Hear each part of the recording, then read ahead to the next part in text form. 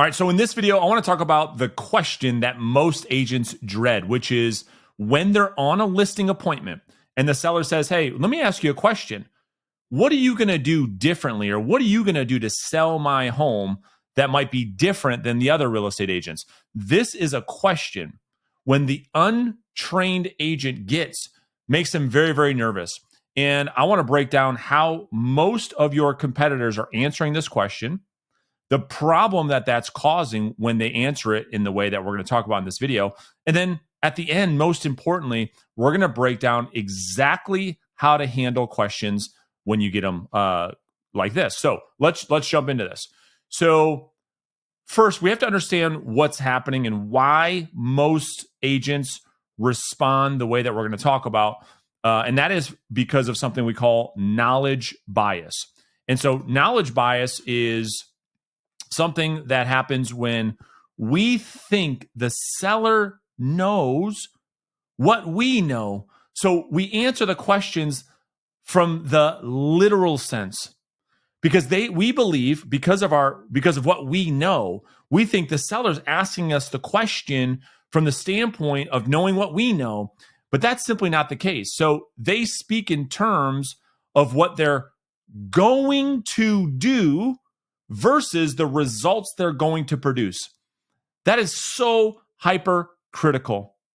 Most agents, when they get questions like this from prospective sellers, they answer it from this point of knowledge bias that they think the seller's asking them specifically and literally, what are you going to do, rather than speak to the results they're going to produce.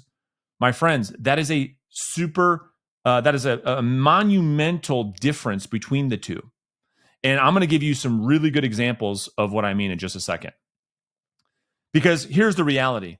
Sellers are interested in what? They're interested in the result, not the how. But because agents operate with this special knowledge of how they're going to get the result, they get lost in the weeds and the details, and this causes massive, massive issues. All right, so let me explain this. So let me give you a really good story that outlines this perfectly. And this is the story I tell a lot of the agents that I coach, which is called the toothache. All right, so this is, we'll just call him Mark. Mark's got this aching tooth, pain in his tooth. And he says, well, let me just see how this thing's going to feel tomorrow.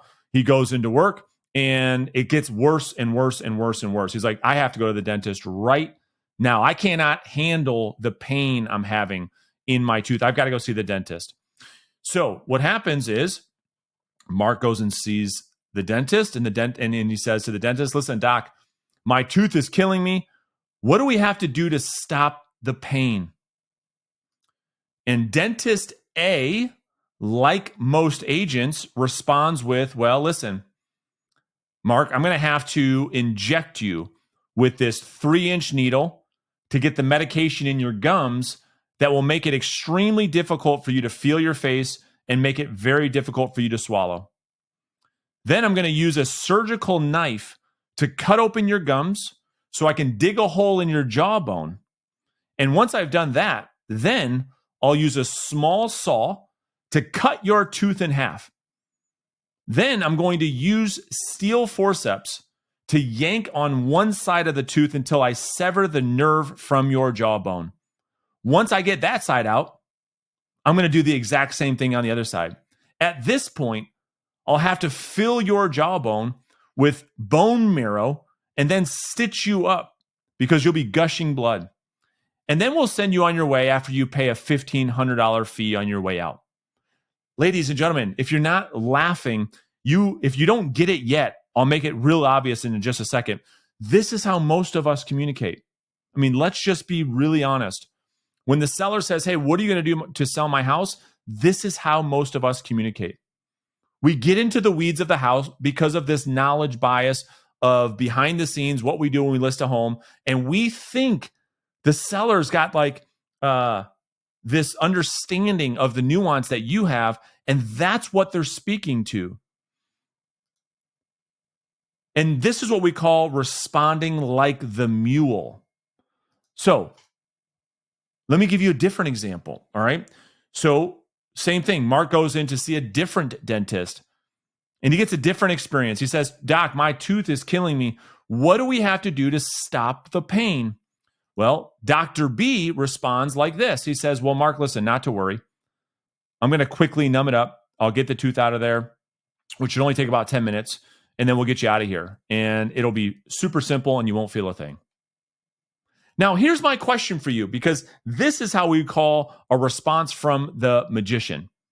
Because this whole story is the mule versus the magician. How are you showing up at listing appointments will determine how you're being perceived, the value in which you offer, the fee in which you get to charge, the reality on whether you get the listing or it goes to somebody else.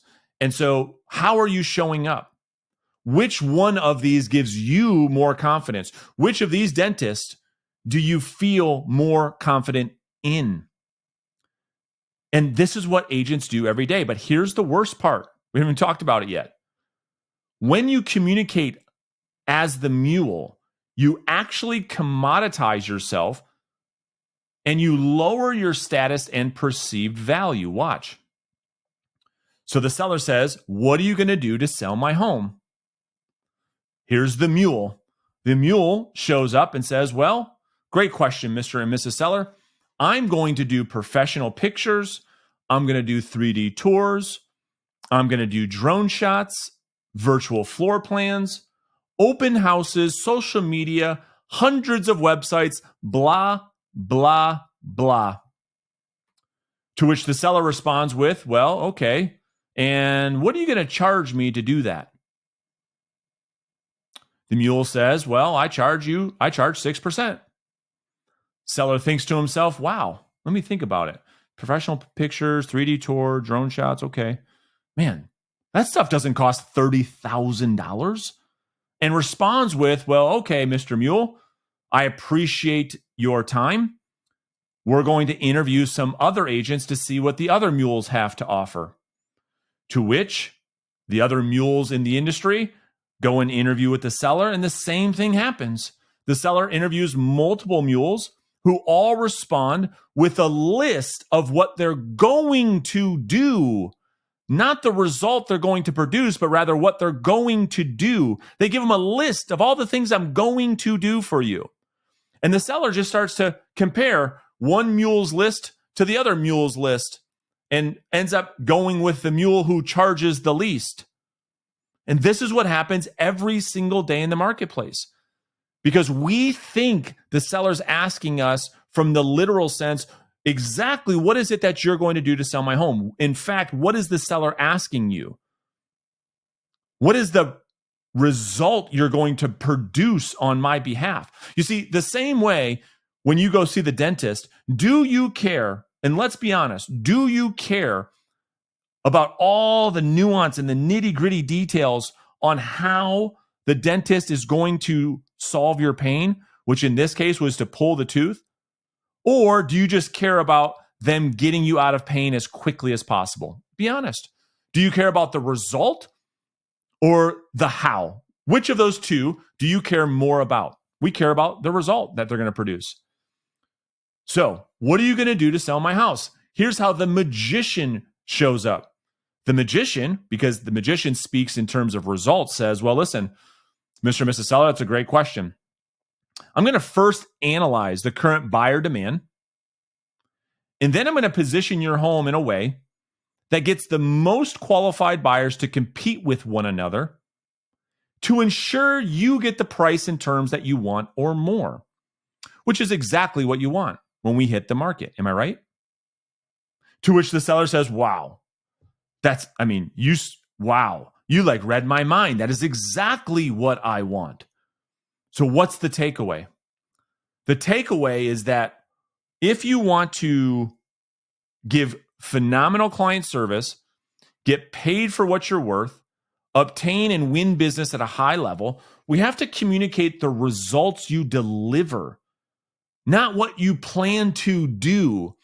Because when you start to communicate what you're planning to do, That's like the mule. And we call it the mule because the mule's out there working 8, 10, 12, 15, 18 hours a day, doesn't get paid very much.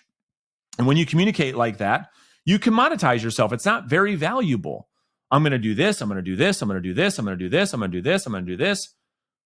Then the seller says, okay, well, that stuff doesn't seem that cool. I'm going to go see what the other people do. And what are you going to do, Bob? I'm going to do this. I'm going to do this. I'm going to do this. I'm going to do this. And I'm going to charge this much for it. Then they just compare. When you communicate like a magician and you speak to the results you deliver, not how you're going to deliver them, then sellers start to really they start to perceive you as someone who delivers value. Because if you look at just this simple script on screen right now, I don't get into the weeds. I don't get into the how. I'm getting into the result that I know my client wants. And I'm communicating in a way that they don't fully understand, which is the point. I want to communicate in a way that my client doesn't fully understand, but they say, I want that result. The same way Dentist B did. Listen, I'm just going to quickly numb you up. He doesn't get into, I'm going to use this type of medication. Here's how big the needle's going to be. He doesn't get into all of that. He just says the result. I'm going to numb you up. I'm going to take about 10 minutes. I'll get that thing out of there. You'll be out of pain. You won't feel a thing. He doesn't get into the weeds of it. And so as you are out there communicating with prospective clients, keep this in the back of your mind. Are you showing up as the mule or the magician? And so if you want help to learn how to communicate at a much higher level, one that would allow you to earn many more listings than what you're getting right now, and learn how to communicate in a way where you can create value in the eyes of your client in a way that you get paid for what it is that you do, and you want help learning that skill, I'm going to invite you to have a conversation around potentially working together in a coaching relationship. And so I'm going to put a link right underneath this video. And if you feel like, okay, the time is right for me, and I do want extra support, I do want to get to the point where I can start earning 6 figures or multiple 6 figures as a listing agent, then I would invite you to have a conversation. Click the link in the description. We can have a conversation, talk about what your goals are, talk about if it makes sense to work together or not. And listen, here's the thing. If it doesn't make sense right now, that's okay. We can always revisit that in the future. So hopefully today's video made sense. Let me know what questions you have, and I'm sure we'll talk to you guys soon.